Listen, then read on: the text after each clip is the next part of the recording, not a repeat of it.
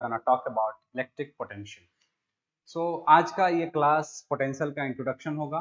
हम लोग जो इलेक्ट्रिक पोटेंशियल पढ़ते हैं वो पोटेंशियल डिफरेंस होता है एक्चुअली, और पोटेंशियल डिफरेंस के हेल्प से ही हम इलेक्ट्रिक पोटेंशियल को डिफाइन करते हैं.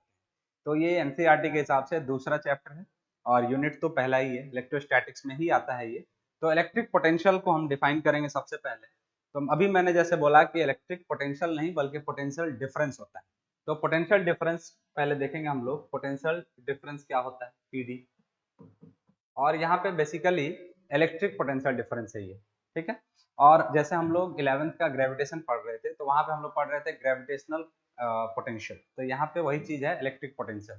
तो मैं लास्ट में इसलिए ग्रेविटेशन वहां पढ़ाया था ताकि उससे बहुत सारी चीजें सिमिलर रहती हैं यहाँ पे. तो वहां पे हमने ग्रेविटेशनल पोटेंशियल डिफरेंस पढ़ा था, यहाँ पे इलेक्ट्रोस्टैटिक पोटेंशियल डिफरेंस या इलेक्ट्रिक पोटेंशियल डिफरेंस.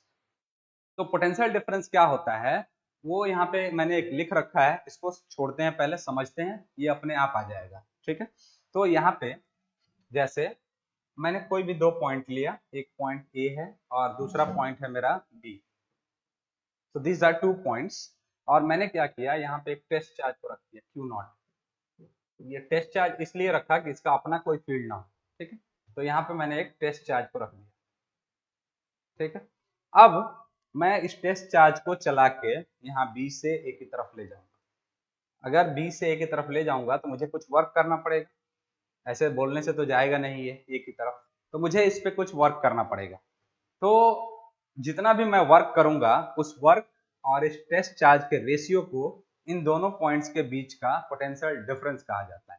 जैसे लिखने का तरीका क्या है, हम लोग हमेशा फाइनल माइनस इनिशियल करते हैं. तो फाइनल कहाँ पहुंचाना है इसको, ए पर. कहाँ से ले जा रहे हैं, बी से.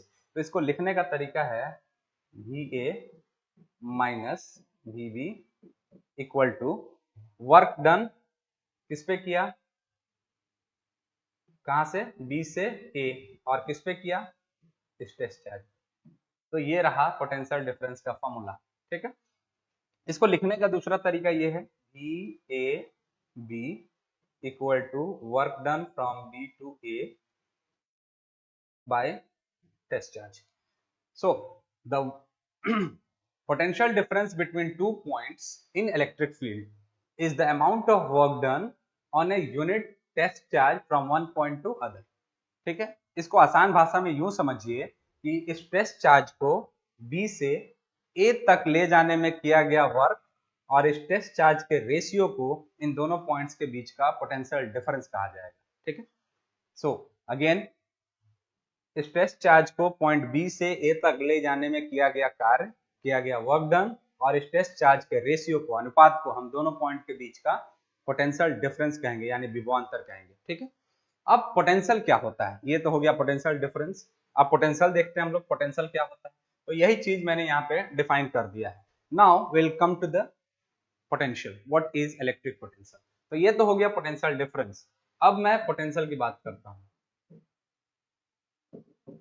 What is potential? और पोटेंशियल ऑब्वियसली इलेक्ट्रिक पोटेंशियल होगा, ये इलेक्ट्रिक पोटेंशियल, ठीक है. अब देखो ये जो मेरा ए पॉइंट था इसको मैं यहीं रहने दिया और बी वाले पॉइंट को मैंने पहुंचा दिया कहीं इंफिनिटी पर, ठीक है. तो हमने ये एक चीज पढ़ रखा है,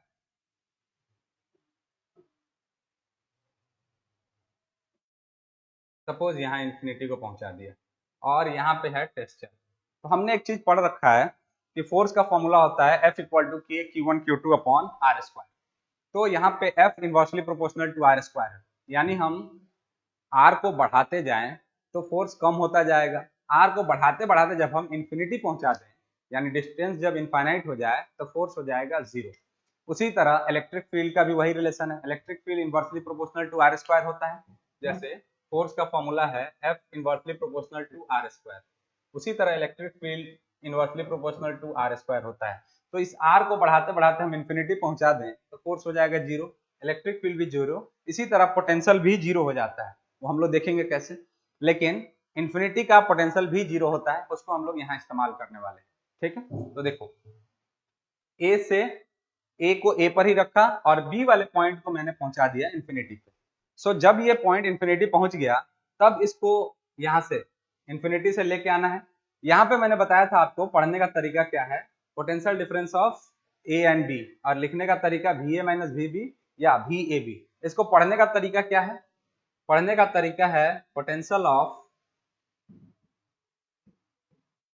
ए विथ रेस्पेक्ट टू बी, इसको पढ़ने का तरीका है। अगर ये रिवर्स रहता, वी बी ए रहता, तो इसको हम लोग पढ़ते potential of b with respect to a. ठीक है, यहाँ पे देखते हैं हम लोग क्या लिख सकते हैं। यहाँ पे इंफिनिटी पे पहुंचा दिया है मैंने चार्ज को।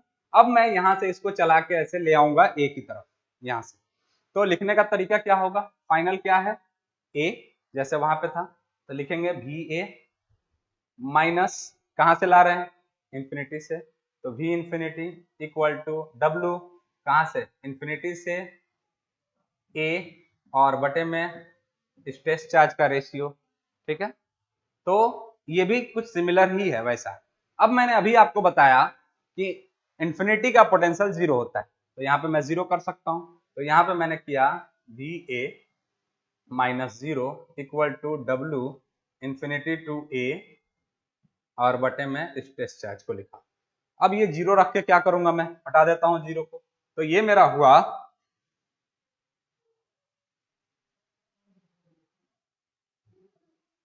हुआ वी ए इक्वल टू डब्ल्यू इंफिनिटी टू ए, और बटे में टेस्ट चार्ज। अब देखो इसको डिफाइन कैसे करेंगे, सेम चीज, the potential of a point A, the potential of a point A in electric field is the amount of work done on a unit charge from infinity to that point. ठीक है, same चीज है, यहाँ पे कोई difference नहीं है। यहाँ पे लिखेंगे the potential of a point A in electric field is the amount of work done on a unit test charge from infinity to other. ये वन पॉइंट को हटा के क्या लिखेंगे, इंफिनिटी टू अदर। आसान भाषा में समझिए, किसी टेस्ट चार्ज को इंफिनिटी से ए तक लाने में जो भी वर्क करोगे, उस वर्क और इस टेस्ट चार्ज के रेशियो को हम लोग इस पॉइंट यानी ए का पोटेंशियल बोलेंगे।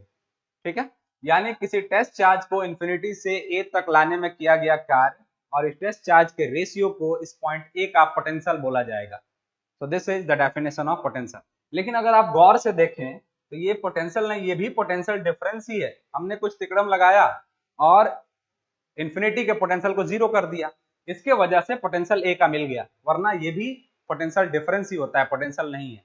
ठीक है, तो पोटेंशियल किसी पॉइंट का लोकेशन होता है, किसी पॉइंट के लोकेशन को हम लोग बोलते हैं पोटेंशियल। और पोटेंशियल का रियल मीनिंग क्या होता है, पोटेंशियल का मीनिंग होता है पॉसिबिलिटी ऑफ अचीविंग एनर्जी। जैसे हमने किसी बच्चे को बोला इसका पोटेंशियल अच्छा है, इसका मीनिंग ये है कि पॉसिबिलिटी, उसके सक्सेस होने की पॉसिबिलिटी ज्यादा है। और किसी पॉइंट का पोटेंशियल मतलब इस पॉइंट का पोटेंशियल ज्यादा है, मतलब पॉसिबिलिटी ऑफ अचीविंग एनर्जी उस पॉइंट पे ज्यादा है। ठीक है, तो ये रहा पोटेंशियल और ये रहा पोटेंशियल डिफरेंस। तो पोटेंशियल डिफरेंस के लिए हम लोग कोई भी दो पॉइंट लेंगे और पोटेंशियल के लिए दूसरे पॉइंट को इंफिनिटी पहुंचा देना है। क्लियर है, डेफिनेशन सेम है कि किसी एक पॉइंट से दूसरे पॉइंट तक टेस्ट चार्ज को ले जाने में किया गया कार्य और टेस्ट चार्ज के रेशियो को इन दोनों पॉइंट्स के बीच का पोटेंशियल कहा जाएगा। यहाँ पे किसी टेस्ट चार्ज को इंफिनिटी से पॉइंट ए तक ले जाने में किया गया कार्य और इस टेस्ट चार्ज के रेशियो को इस पॉइंट का पोटेंशियल कहा जाएगा। ठीक है, सो दैट्स गुड इनफ यहाँ पे। उसके बाद आगे बढ़ते हैं, जो भी हम लोग कर रहे हैं यहाँ पे एक्चुअली ये कर रहे हैं कि potential equal to work done by charge. तो हम लोग ऐसा भी बोल सकते हैं कि potential is nothing but work done per unit charge, ऐसा भी बोला जा सकता है। अब इसके यूनिट पे बात करते हैं, SI यूनिट ऑफ पोटेंशियल। तो देखो V equal to W work done होता है, तो इसको हम लोग बोलते हैं जूल, इसके यूनिट को, और बटे में चार्ज है तो इसको यूनिट को हम लोग बोलते हैं coulomb.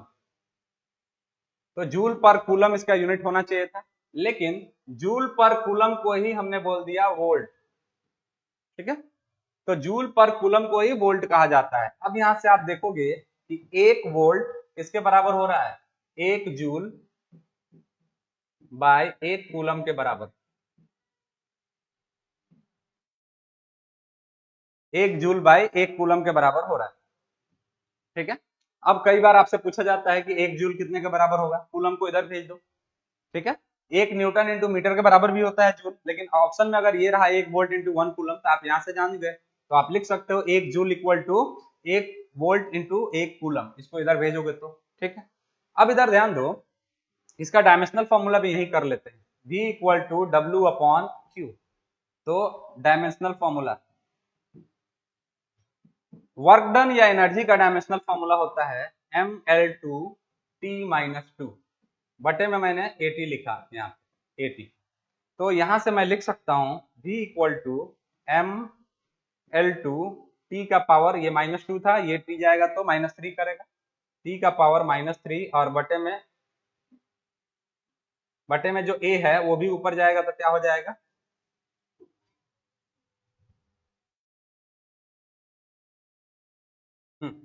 V equal to mL2, T का पावर -2 है, और ये T ऊपर जाएगा तो T का पावर -3, और A ऊपर है, नीचे है, ऊपर जाएगा तो A का पावर -1। तो ये हो गया पोटेंशियल का डायमेंशनल फॉर्मूला, ठीक है।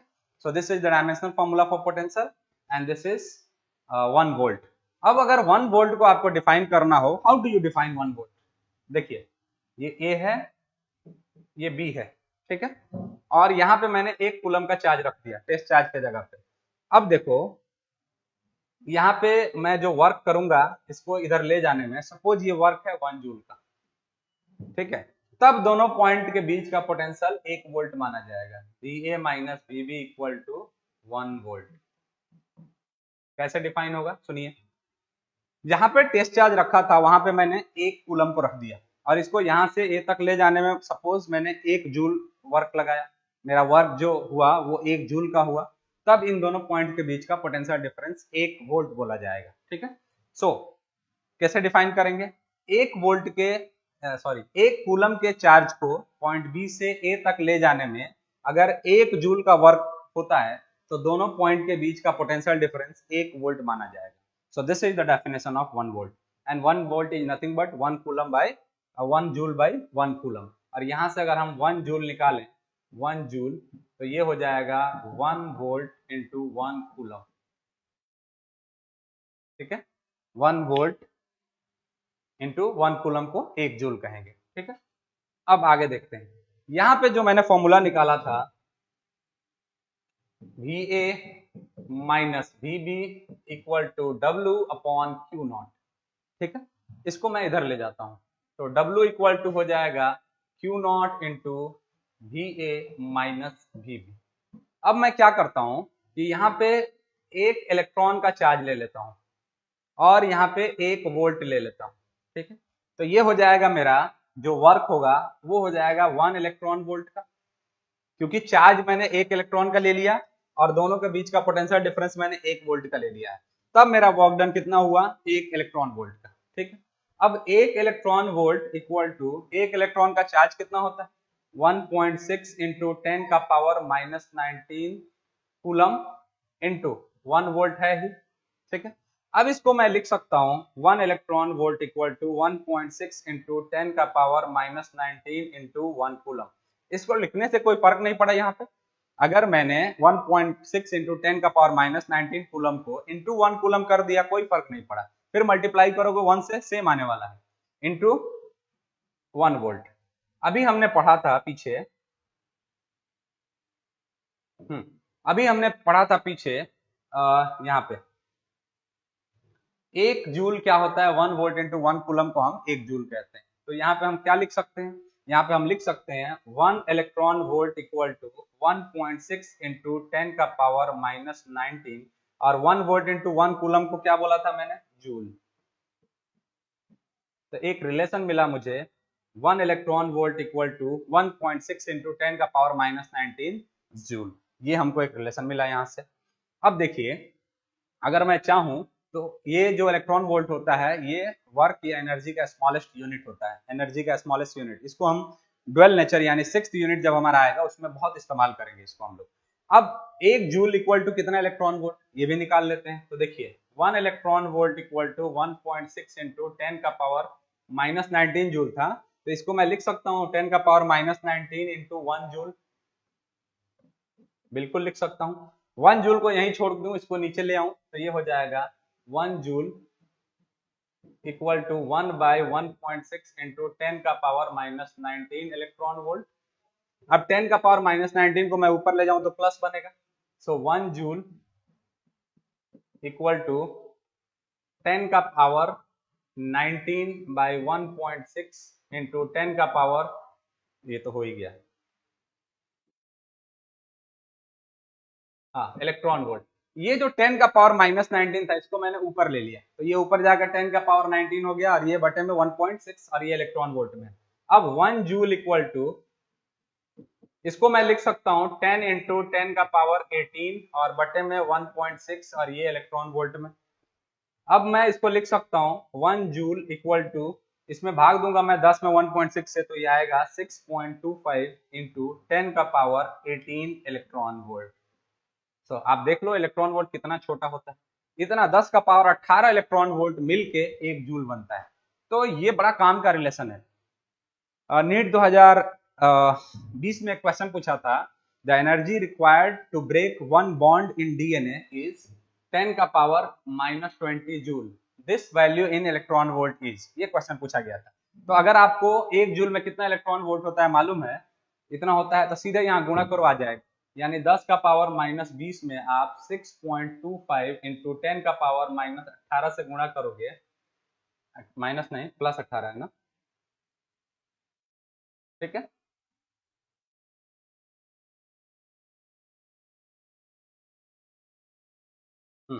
तो यहाँ पे अगर आप 10 का पावर माइनस 20 में 6.25 इंटू 10 का पावर 18 से मल्टीप्लाई करोगे तो ये आ जाएगा 6.25 इंटू 10 का पावर माइनस 2 इलेक्ट्रॉन वोल्ट या 0.0625 इलेक्ट्रॉन वोल्ट, खूब आसानी से निकल जाएगा।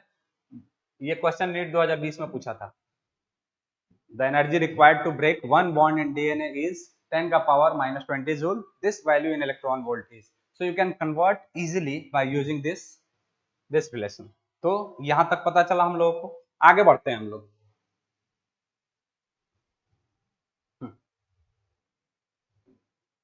ये हो गया हमारा पोटेंशियल और पोटेंशियल डिफरेंस की बात, ठीक है। इसके बाद हम लोग पोटेंशियल एट ए पॉइंट देखते हैं कि पोटेंशियल एट ए पॉइंट क्या होता है, at a distance r due to a source charge.